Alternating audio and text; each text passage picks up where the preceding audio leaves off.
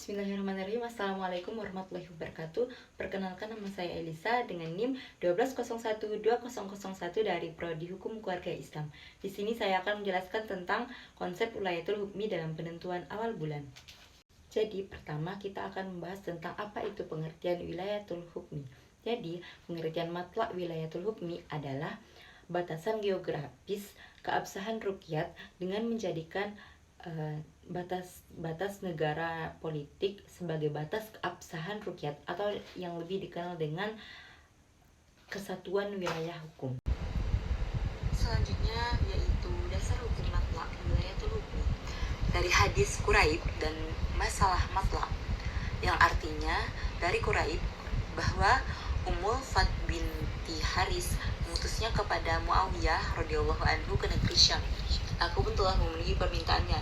Lalu tibalah bulan Ramadan. Sementara aku masih berada di Syam, aku melihat hilal pada malam Jumat. Kemudian aku tiba di Madinah pada penghujung bulan Ramadan. Abdullah bin Abbas bertanya kepadaku sambil menyebut hilal bulan Sabit dan berkata, "Kapan kalian melihat hilal?" Aku menjawab, "Kami melihatnya pada malam Jumat." Ia bertanya, "Apakah kamu melihatnya?" Aku menjawab, "Ya, dan orang-orang juga melihatnya. Mereka orang-orang di Syam berpuasa dan Muawiyah juga berpuasa bersama mereka." Lalu Ibnu Abbas berkata, "Akan tetapi kami melihatnya pada malam Sabtu, dan kami masih berpuasa hingga melengkapi 30 hari atau sampai melihatnya lagi." Lalu aku bertanya, "Apakah tidak cukup bagi kamu dengan ru'yah Muawiyah beserta puasanya?" Ia menjawab, "Tidak, demikianlah Rasulullah memerintahkan kami." Hadis riwayat Muslim. Oke, selanjutnya yaitu wilayatul hukmi di Indonesia. Yang pertama ada versi Nahdlatul Ulama, yaitu organisasi Nahdlatul Ulama berpendapat bahwa penetapan awal bulan, terutama yang berkaitan dengan ibadah Ramadan, Syawal, dan Zulhijjah, haruslah ditempuh dengan ruqyat. Hal ini karena menurut Nahdlatul Ulama, mereka berpegang pada tuntutan hadis-hadis Nabi yang jumlahnya tidak kurang dari 23 buah hadis. Kemudian pelaksanaan ruqyat hilal oleh Nahdlatul Ulama ini dilakukan dengan membentuk dan menyiapkan pelaksanaan ruqyat yang tersebar di berbagai tempat di seluruh Indonesia. Pelaksanaan ruqyat yang tergabung dalam organisasi ini sebelumnya telah dibekali pengetahuan mengenai teknis ruqyat melalui pelatihan-pelatihan yang diselenggarakan, sehingga pelaksana ruqyat adalah orang-orang yang telah dianggap memiliki keterampilan teknis dan pengetahuan yang memenuhi syarat. Kemudian tempat pelaksanaan ruqyat yang dikoordinir oleh NU juga melalui Lajnah Falakiyah Nahdlatul Ulama LFNU tersebar di wilayah Indonesia. Sebagai contoh, untuk melakukan ruqyat awal bulan Ramadan dilaksanakan lebih dari 70 lokasi. Nah, pembahasan konsep matlak di sini difokuskan kepada matlak lokal karena NU tidak menggunakan matlak global. Pembagian matlak lokal sendiri ada yang berdasarkan jarak iklim dan wilayatul hukmi. Sementara secara astronomi, batas keberlakuan matlak adalah garis batas tanggal komariah, di mana batasnya adalah garis imkanu ruqyat, garis membatasi daerah yang secara perhitungan diprediksi bisa meruqyat hilal dan yang tidak bisa meruqyat hilal. Oleh karena itu, paham fikih dalam penentuan awal bulan ini menyatakan bahwa bila di suatu tempat telah dapat dilihat hilal, maka berlakulah ketentuan awal bulan untuk seluruh negeri di mana berkuasa hakim pemerintah. Dengan ketentuan di atas, wilayah negara Indonesia dapat dianggap sebagai satu kesatuan matlak yang kesatuan yang tidak terpecah-pecah, sehingga begitu garis batas imkan ruqyat mengenai wilayah Indonesia, maka ketentuan syarak mengenai keberlakuan ruqyat diberlakukan untuk seluruh negara tersebut. Nah, selanjutnya yaitu versi Muhammadiyah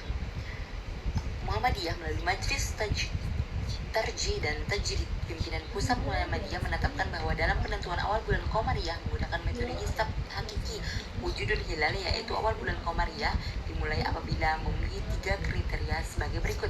Yang pertama adalah terjadinya ijma atau konjungsi. Kedua, ijma konjungsi terjadi sebelum matahari terbenam. Dan yang ketiga yaitu pada saat terbenam matahari, pinggiran atas bulan berada di atas ufuk. Nah, kemudian konsep wilayatul hukmi yang digunakan oleh Muhammadiyah adalah merupakan wujud dari pelaksanaan keputusan Musyawarah Nasional Tarjih Muhammadiyah tahun 2000. Dalam lampiran hasil keputusan Munas tersebut, pada salah satu poin memberikan arahan tentang bulan Qamariyah dan matla, di mana jelaskan bahwa matla yang digunakan adalah matla yang didasarkan wilayatul hukmi. Selanjutnya keputusan Munas tersebut diperkuat kembali dalam Musyawarah Nasional Tarjih Muhammadiyah tahun 2003 yang juga menegaskan bahwa matla yang digunakan adalah matla yang didasarkan pada wilayatul hukmi di Indonesia. Yang terakhir adalah kesimpulan. Pengertian wilayatul hukmi adalah konsep yang menentukan batasan geografis keabsahan ruqyat atau pengamatan hilal dalam Islam dalam konteks Indonesia.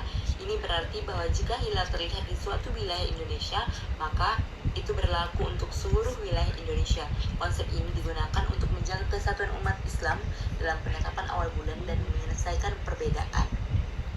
Nah, selanjutnya yaitu konsep matla wilayatul hukmi yang digunakan oleh Nahdlatul Ulama adalah dengan dasar pemikiran untuk mewujudkan kebersamaan dalam memulai awal bulan pada suatu negara atau pemerintah.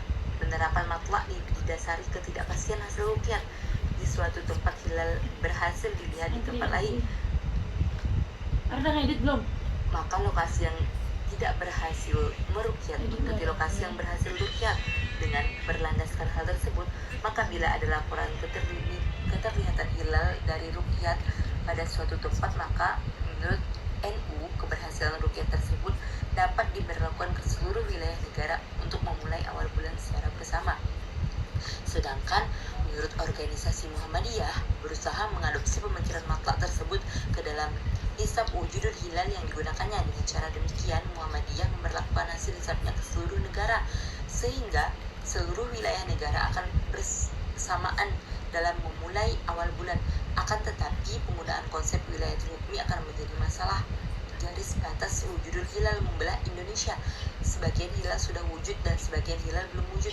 Bila daerah yang belum wujud mengikuti daerah yang sudah wujud, maka akan terjadi potensi tidak terpenuhinya syarat dalam memulai awal bulan sesuai dengan pedoman pimpinan pusat Muhammadiyah, yaitu pada saat matahari terbenam hilal sudah di atas ufuk. Demikianlah kesimpulan yang dapat saya sampaikan dari materi yang saya paparkan. Kurang lebihnya saya mohon maaf. Billahi taufiq wal hidayah. Wassalamualaikum warahmatullahi wabarakatuh.